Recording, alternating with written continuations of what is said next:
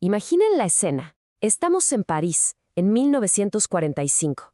Acaba de terminar la guerra, pero en los cafés, en los salones, se está librando otra batalla. Una batalla de ideas. Y hay una palabra que está en boca de todos. Una palabra que genera fascinación, pero también mucho escándalo. Existencialismo.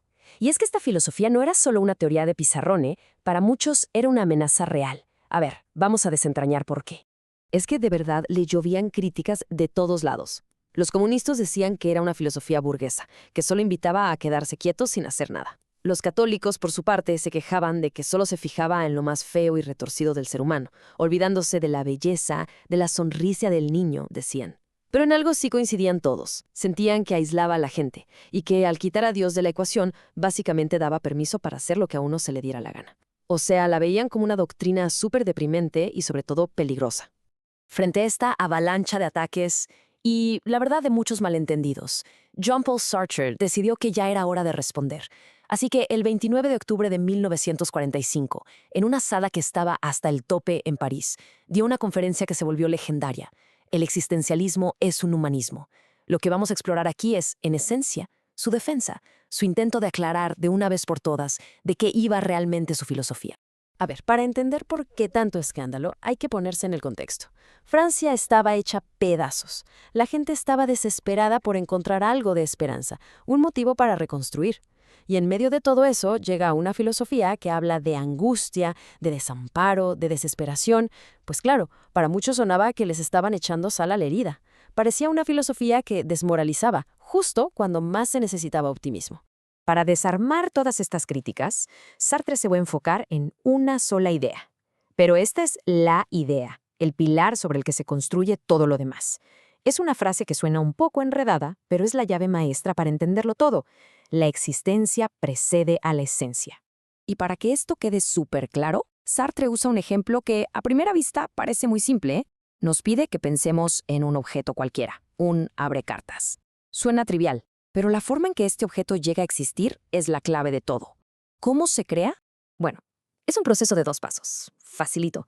Primero, el artesano tiene una idea, un concepto del abrecartas en su cabeza. Sabe para qué sirve, cómo se va a ver, de qué material va a hacer. A esa idea, a ese plano, Sartre lo llama la esencia. Y solo después, ya con esa idea clara, el artesano produce el objeto físico. Le da existencia. Entonces, el punto crucial aquí es este. Con cualquier objeto fabricado, la idea, la esencia, siempre viene primero. El concepto existe antes que el objeto mismo. Hasta aquí todo bastante lógico, ¿no? Y es justo aquí donde Sartre da el giro radical. La visión tradicional, incluso la de muchos filósofos ateos, aplicaba esta misma lógica del abrecartas a nosotros, los seres humanos. Se pensaba que había una naturaleza humana, un concepto fijo, la esencia, ya fuera creada por un dios artesano o simplemente como algo innato. Bueno, pues Sartre rompe por completo con esto. Dice que para los seres humanos el orden se invierte totalmente. Y aquí está la tesis central, en sus propias palabras. Sartre afirma que, si no existe Dios, entonces no hay nadie que haya pensado un concepto humano de antemano. Primero, simplemente existimos, aparecemos en el mundo, así, de la nada, sin un guión, sin un propósito ya definido. Y solo después, a través de lo que elegimos y lo que hacemos, empezamos a definir quiénes somos. Nos vamos construyendo. Nuestra esencia es el resultado de nuestra existencia. Esta idea de que nos creamos a nosotros mismos tiene una consecuencia que es tan liberadora como aterradora. Si no hay un guión escrito de antemano, entonces somos radicalmente libres. Y Sartre usa una frase potentísima para describir esta situación. Estamos condenados a ser libres. ¿Y por qué condenados? ¿No se supone que la libertad es algo bueno? Bueno, es que esta libertad no es para echar fiesta. Es un peso enorme. Porque si no hay un creador ni una naturaleza humana que nos defina, entonces no podemos echarle la culpa a nada ni a nadie de lo que somos. No se vale decir es que así nací o es que es mi naturaleza. No, somos total y absolutamente responsables de cada una de nuestras decisiones. No hay excusas. Y claro, esta responsabilidad total nos lleva directo a las 3 famosas palabras que tanto escandalizaron a sus críticos: angustia, desamparo y desesperación. Pero para Sartre, ojo, estos no son sentimientos que te paralizan. Son, más bien, las condiciones que uno entiende y acepta cuando de verdad asume su libertad. La angustia para Sartre no es el miedo común de «ay, qué nervios», no.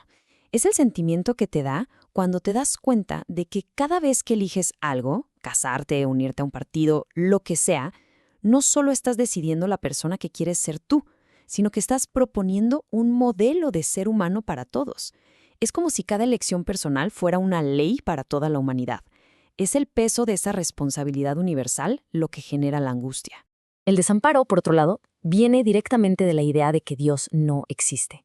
Si no hay un ser supremo, pues desaparece la idea de que los valores existen en algún lugar fuera de nosotros, en un cielo. No hay un bien y un mal escritos en piedra. Estamos solos, sin un manual de instrucciones morales. Como dijo Dostoyevsky, si Dios no existiera, todo estaría permitido. Sartre dice, ok, ese es nuestro punto de partida. Y finalmente, la desesperación. Y de nuevo, mucho ojo, esto no significa andar triste por la vida. Para Sartre, desesperación quiere decir que debemos limitarnos a contar con lo que depende de nosotros, de nuestra voluntad y con las probabilidades que hacen posible nuestra acción. O sea, debemos actuar sin esperanza de que fuerzas externas, llámese destino, la sociedad o un Dios, vayan a arreglar el mundo por nosotros. Es un llamado a la acción, pero una acción realista y autónoma.